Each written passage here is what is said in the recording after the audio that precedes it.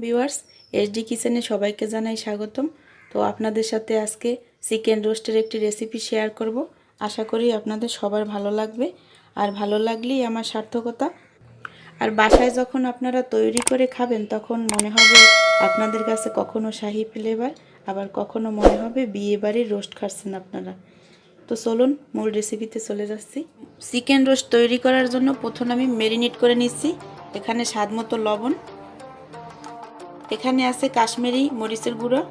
অবশ্যই এটা দেওয়ার চেষ্টা করবেন, তাহলে আপনার রোস্টের কালারটা অনেক সুন্দর আসবে। মুরগিটা আমি ধুয়ে তারপরে পানি ঝরিয়ে একটু টিস্যু দিয়ে মুছে নিয়েছি, তাহলে যখন আমরা ভাজবো তখন আমাদের গায়ে ছিটবে না। অনেক সময় মুরগির গোশত ভাজতে গেলে গায়ে ছিটে আর কি, ওই জন্য আমি মুছে নিয়েছি।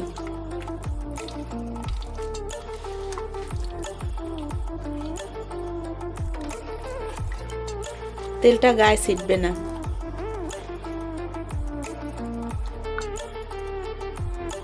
এখন আমি চুলায় চলে যাচ্ছি। এখানে আমি ফ্রাই প্যান গরম করে নিয়েছি, এখন দিয়ে দিচ্ছি পর্যাপ্ত পরিমাণে তেল। প্রথমে আমি পেঁয়াজ বেরেস্তা করে নেব।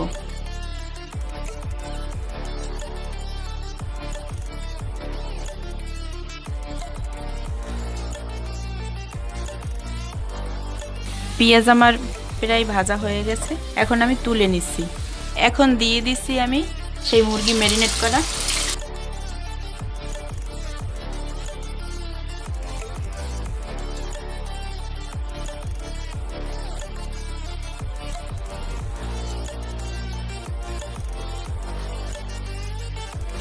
এখন আমি হালকা একটু ব্রাউন করে ভেজে নেব। মুরগি আমার এক সাইড ভাজা হয়ে গেছে, এখন আমি উল্টে দিচ্ছি।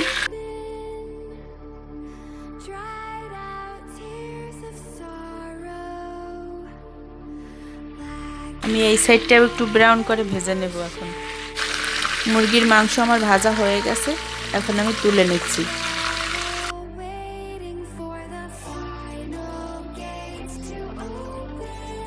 এখন কত সুন্দর একটা কালার আসছে। আপনি কাশ্মীরি মরিচের গুঁড়োটা অবশ্যই অ্যাড করবেন। আমি একদম হালকা ভেজেছি, কিন্তু কালারটা কত সুন্দর আসছে একটু দেখুন। আপনার কাছে কাশ্মীরি মরিচের গুঁড়ো না থাকলে আপনি এমনি সাধারণ মরিচের গুঁড়োও অ্যাড করতে পারেন, কিন্তু একটু অ্যাড করলে কালারটা এরকম ভালো আসবে। আমি এখন সবগুলো তুলে নেব। এখন যে ভাজা তেলগুলো ছিল, তো তেলের ভিতরে দিয়ে দিচ্ছি আমি একটা পেঁয়াজ কুচি,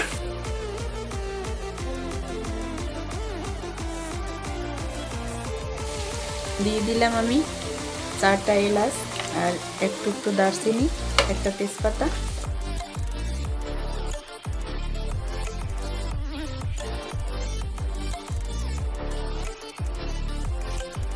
পেঁয়াজটা হালকা একটু আমি ভেজে নিয়েছি, এখন দিয়ে দিলাম 2 টেবিল চামচ পেঁয়াজ বাটা,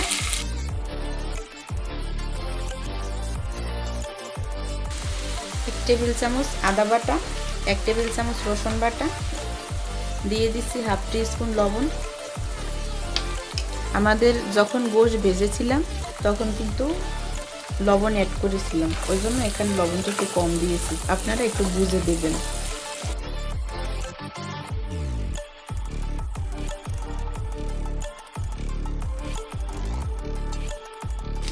দিয়ে দিচ্ছি 1 টেবিল চামচ জিরা বাটা। এখন আমি ভালোভাবে একটু কষিয়ে নেব।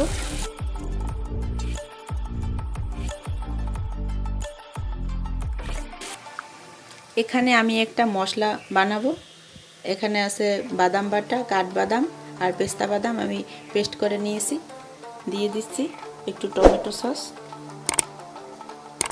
1 টেবিল চামচ, আর দিয়ে দেব মরিচের গুঁড়া, দিয়ে দিচ্ছি 2 টেবিল চামচ টক দই।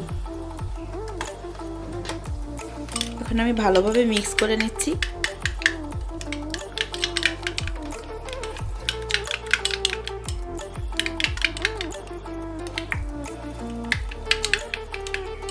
এই মিশ্রণটা অবশ্যই দেওয়ার চেষ্টা করবেন।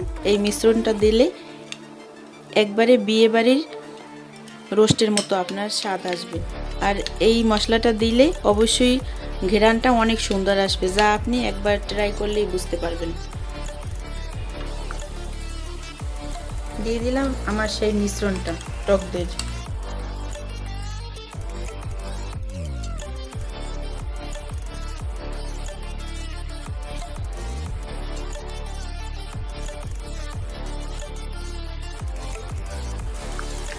আমার মশলাটা কষানো হয়ে গেছে, এখন আমি দিয়ে দিচ্ছি আমার আগে থেকে তৈরি করে রাখা গরম মশলার গুঁড়া।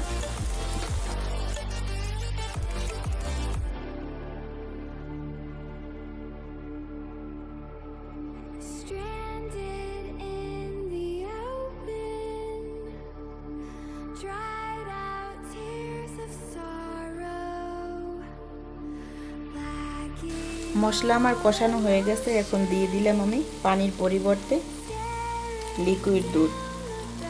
পানির বদলে আমি মনে করি দুধটা দিলেই বেশি ভালো হয়।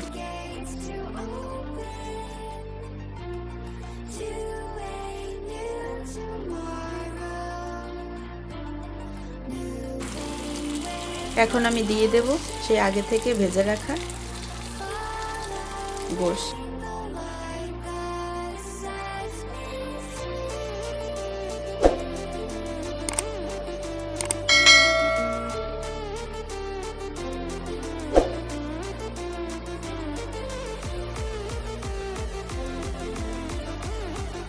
এভাবে আমি ঢেকে দেব 2 মিনিটের জন্য। আসলাম আমি 2 মিনিট পর, আবার একটু নেড়ে চেড়ে দিচ্ছি।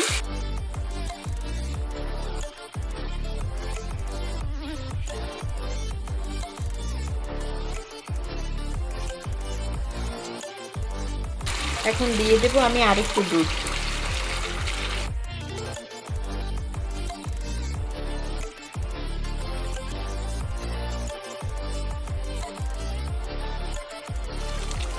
এখানে দিয়ে দিছি 2 টেবিল চামচ চিনি। এই চিনিটা দিলে আপনার রোস্টের অন্যরকম একটা স্বাদ নিয়ে আসবে, অবশ্যই চিনিটা দেবেন। যেহেতু আমি টক দই ব্যবহার করেছি, তাছাড়াও রোস্টে তো চিনি অবশ্যই ব্যবহার করে। আর একটু উল্টে নেব। দিয়ে দিলাম আমি কিছু কিশমিশ। অবশ্যই কিশমিশটা দেওয়ার চেষ্টা করবেন।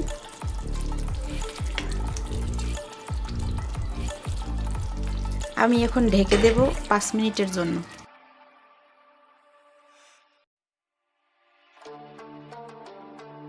এখন দিয়ে দিলাম 4টা কাঁচামরিচ ফালি, আর দিয়ে দেব আমার আগে থেকে ভেজে রাখা বেরেস্তা।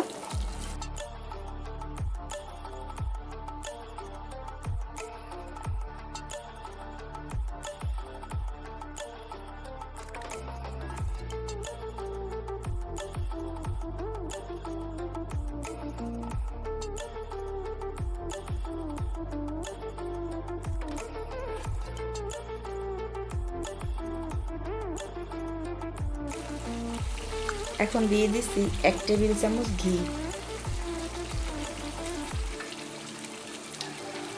আর একটু দিয়ে দিচ্ছি 2 টেবিল চামচ ঘি অ্যাড করে দিলাম।